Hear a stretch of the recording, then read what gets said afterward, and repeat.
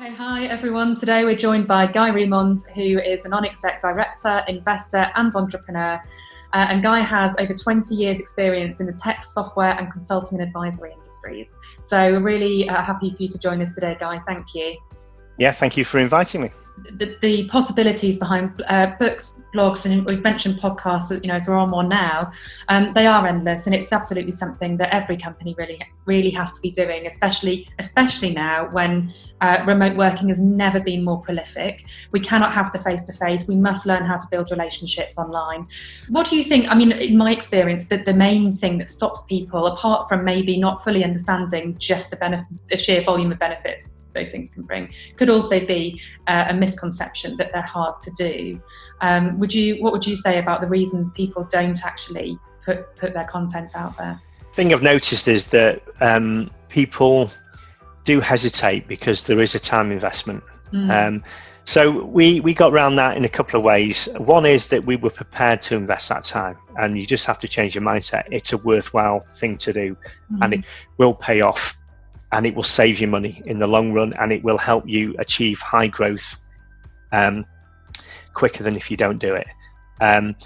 Because we used to encourage people to build their own personal brand. The thing I haven't talked about actually is that it's great for your people. They really, if they enjoy their job, and people who write blogs, who write books, who talk at conferences clearly do, because that's why they do it. They don't have to do those things.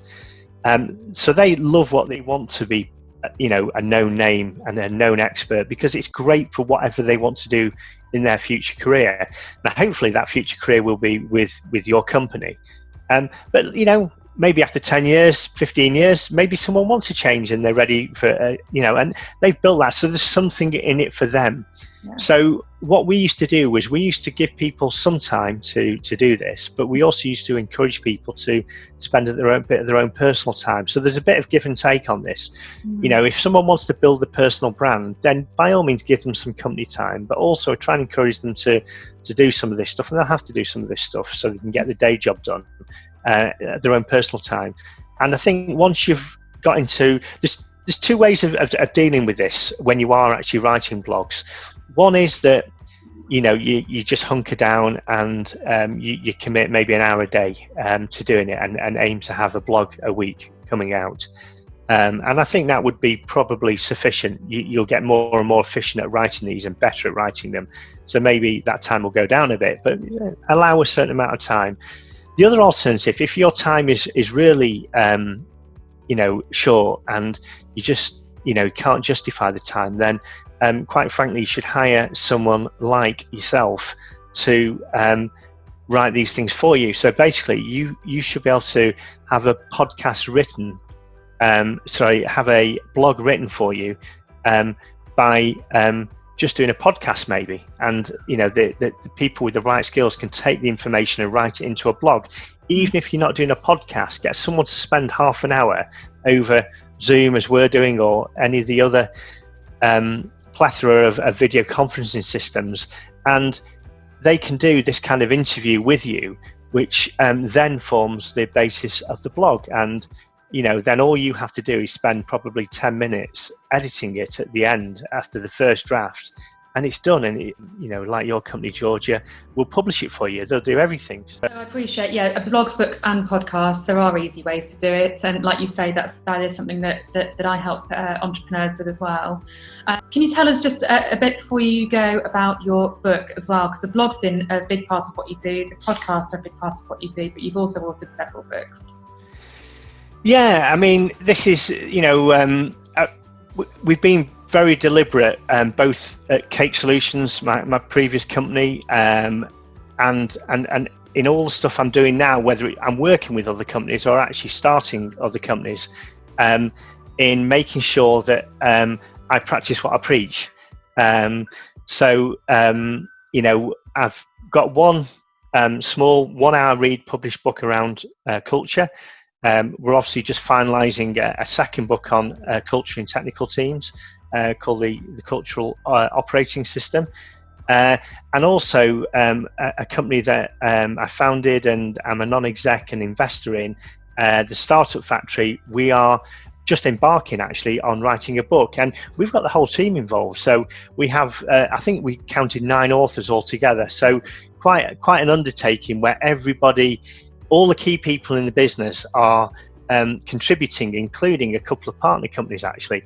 And this book, kind of my vision for the book is, if I roll the clock back 20 years, what information would have been really useful for me to know when I was starting a tech product or tech services company.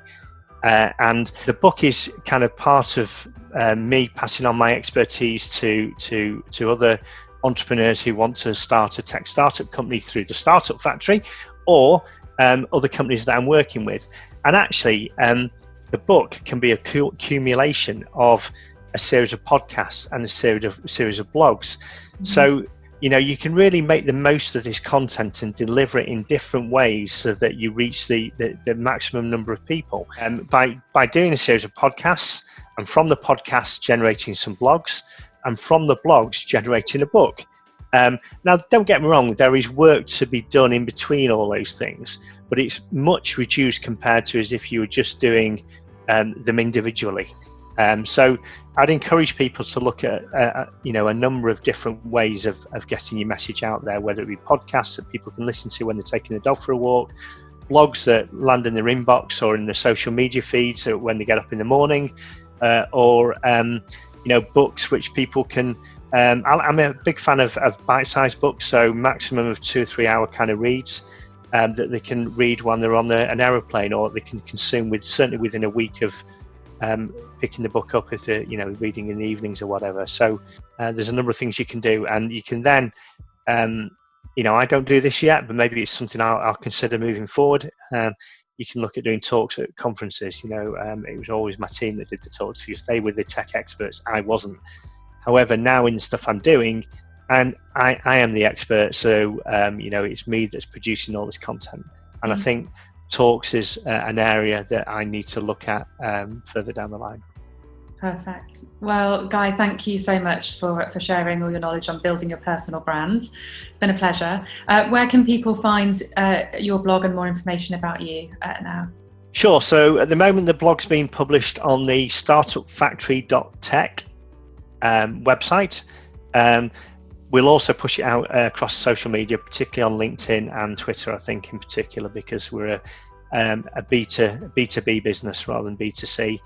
If you want to reach me, personal email address is guyremond, so GUYREMOND@gmail.com if you want to chat about any of these things. Perfect. And for help with building your personal brand through publishing incredible content, you can contact me, Georgia, at info@rightbusinessresults.com.